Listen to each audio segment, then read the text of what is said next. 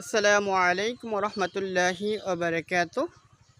যদি থাকে নসিবে আপনা আপনি আসবে। শুধু নসিবের উপর ভিত্তি করে আপনি বসে থাকবেন, সেটা ইসলাম কখনো গ্রহণ করে না। কেন রাসূল পাক সাল্লাল্লাহু আলাইহি ওয়াসাল্লাম বলেছেন, তুমি চেষ্টা করো আর আল্লাহর উপর ভরসা করো। তিরমিজি শরীফ হাদিস নম্বর 2517। অর্থাৎ আপনাকে অবশ্যই পরিশ্রম করতে হবে।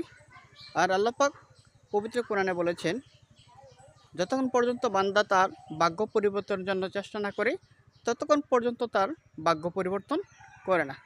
সুতরাং ভাগ্য পরিবর্তনের জন্য আপনাকে পরিশ্রম করতে হবে। শুধু বসে থাকলে আর নসিবের উপর ভরসা করে থাকলে হবে না।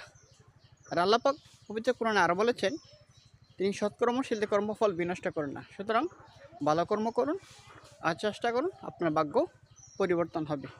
আল্লাহ হাফেজ। ধন্যবাদ সবাইকে।